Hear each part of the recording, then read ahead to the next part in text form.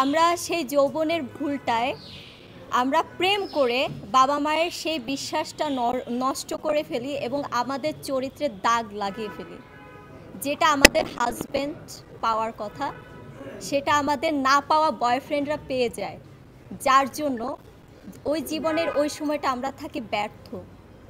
তো এই ব্যর্থতা নিয়ে আসলে আমাদের এই সিনেমাটা এগিয়ে নিয়ে যাওয়া এবং প্রতিটা গার্ডিয়ানদেরকে সতর্ক থাকতে হবে যে আমার মেয়েটা কোথায় যাচ্ছে, আমার মেয়েটা আদৌ কোনো ভুল করছে কি না, আমার মেয়েটা কি ঠিক পর্যায়ে আছে কি না, আমার ফুলের মতো মেয়েটা অপবিত্র হচ্ছে কি না, সেটা আসলে এই গল্পে সম্পূর্ণভাবে তুলে ধরা হয়েছে। এবং আমরা বয়সের যে ভুলটা করি, আমরা কিন্তু আমি যখন ছোট ছিলাম, তখন আমি প্রেম করছিলাম, তখন আমার মনে হয়েছিল যে এইটাই এক্স্যাক্ট মানে একটা সময় প্রেম করার, উনি কিন্তু আমার রাইট পারসন, উনি আমার লাইফ পার্টনার। কিন্তু একটা সময় যখন রিলেশনটা ব্রেকআপ হয়ে যায়, আমরা কিন্তু তখন বুঝি যে না, এটা ভুল মানুষ ছিল। তো এর একটা ভয়াবহ পরিণতি, একটা ট্র্যাজেডি সব কিছুই থাকে। এবং আমাদের এই বয়সের মেয়েরা ধরেন, এখন তো যুগ চেঞ্জ হয়ে গেছে, আপনার কিছুদিন আগেও দেখেছিলাম যে 11 বছরের একটা মেয়ে আবেগে কিন্তু পালিয়ে যায় তার বয়ফ্রেন্ডের সাথে, আবার বাবা মা ধরে নিয়ে আসে। তো সেই ক্ষেত্রে আমি বলবো 10 থেকে শুরু করে 25 বছর পর্যন্ত আমাদের ইমোশনটাকে কন্ট্রোল করতে হবে।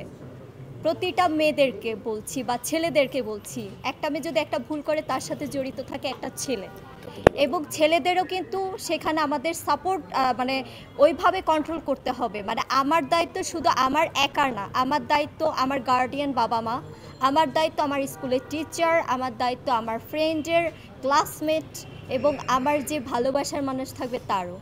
পুরুষদের দিকেও আমি এগিয়ে নিয়ে যাব যে তাদের একটা ভালোবাসার মানুষ ছাড়া, গার্লফ্রেন্ড বউ ছাড়া অন্য কোনো মেয়ে যদি কোনো বিপদে পড়ে, তাদের অসহায়ত্বের সুযোগ না নিয়ে তাদেরকে রক্ষা করা দায়িত্ব। তো আমার এই সিনেমা, অনেক কথাই বলে ফেললাম, এই সিনেমা অবভিয়াসলি হলে আসবেন, হলে দেখবেন। এই ভালোবাসা দিবসে আমার ভালোবাসা, আসলে আপনাদের ভালোবাসার মন জয় করার জন্য আমি ময়না হয়ে বড় পর্দায় আসব। এবং লাস্ট একটা কথা আমি বলে যাচ্ছি, ময়না সিনেমায় আমার অনেক কিছু সিন আমার করতে হয়েছিল, যেটা অনেকে ট্রেলারে দেখেছেন, দেখার পরে অনেকে বাজে মন্তব্য করেছেন, আবার অনেকে বলেছেন ক্যারেক্টার অনুযায়ী আমি ঠিক ছিলাম। আমরা অভিনেত্রী, আমরা অনেক রকম ক্যারেক্টার প্লে করব, আমাদের করতে বাধ্য। দেশের বাহিরে কিন্তু তারা ক্যারেক্টারের জন্য জীবনটাও দিতে রাজি।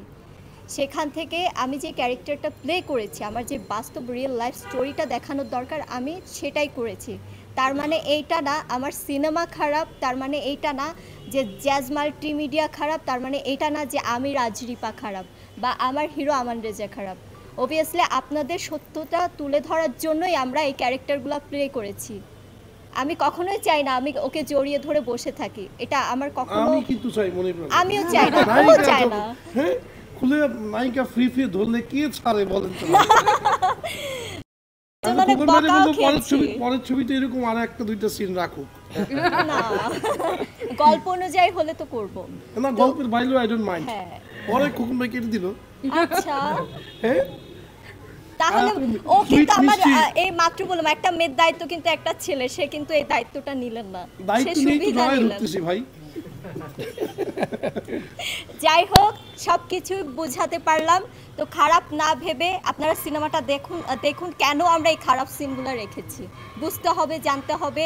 এবং ভালোবাসা দিবসে গার্লফ্রেন্ড বয়ফ্রেন্ড একটা মানে মজার